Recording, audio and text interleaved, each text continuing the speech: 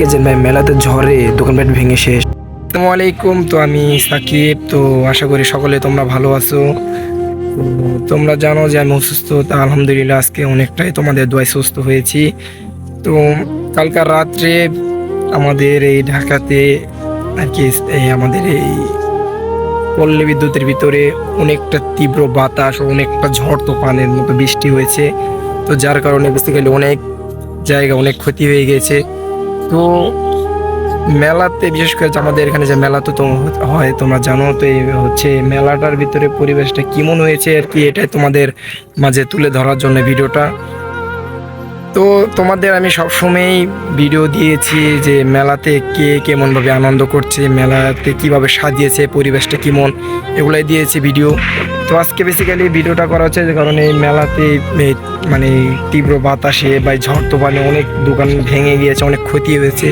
তো এটাই তোমাদেরকে দেখানোর জন্য আর কি ভিডিওটা করা। তো আশা করি সকলে আমার পুরো ভিডিওটাই তোমরা দেখবা। তো বেসিক্যালি যখন গরম ছিল তো আমাদের এখানে তখন সকলে দোয়া করছে যে কবে বৃষ্টি আসবে, কখন পরিবেশটা ঠান্ডা হবে। তো কালকা যখনই আর কি ঝড় তুফানের মতো তীব্র বাতাস, ঝড় তুফানের মতো বৃষ্টি শুরু হয়ে গেছে, তখনই সকলে বলে যে গরমই ঠিক আছিল। আমরা কখন কি বলি আমরা নিজেই ঠিক নেই।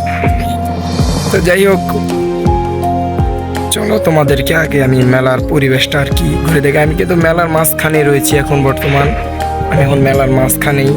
তো চলো তোমাদেরকে ঘুরিয়ে আগে দেখাই যে পরিবেশটা কেমন বা কোন দোকানে কেমন ক্ষতি হয়েছে।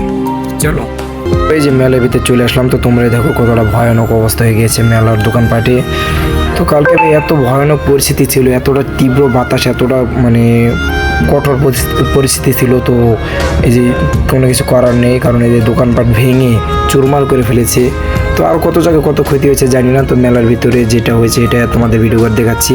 তো এই যে দোকানগুলো দেখো চাল চুর পড়ে গিয়েছে, যেটা এই দোকানে চাল পড়ে গেছে জানি না ওনার কতটা ক্ষতি হয়েছে।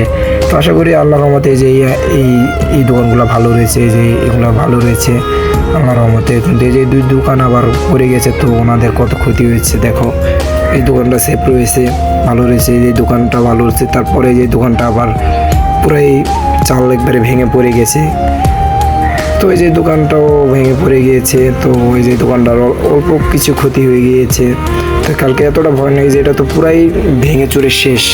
তো কালকে এতটা ভয়ানক পরিস্থিতি ছিল ভাই, এতটা তীব্র বাতাস, এই দোকানটা দেখো ভাই ভেঙে চুরে শেষ, এটা চাল পর্যন্ত উড়ে নিয়ে গেছে। তো আল্লাহর কাছে দোয়া করি যেন আল্লাহ তাআলা পরিস্থিতিটা স্বাভাবিক করে দেন। তো এই যে আঙ্কেলে ঠিক করতেছেন, কারণ কিছু করার নাই, ওনাদের খুব কষ্ট লাগতেছে এত। তো আল্লাহর কাছে দোয়া করি যেন পরিস্থিতিটা স্বাভাবিক করে দেন, আমিন।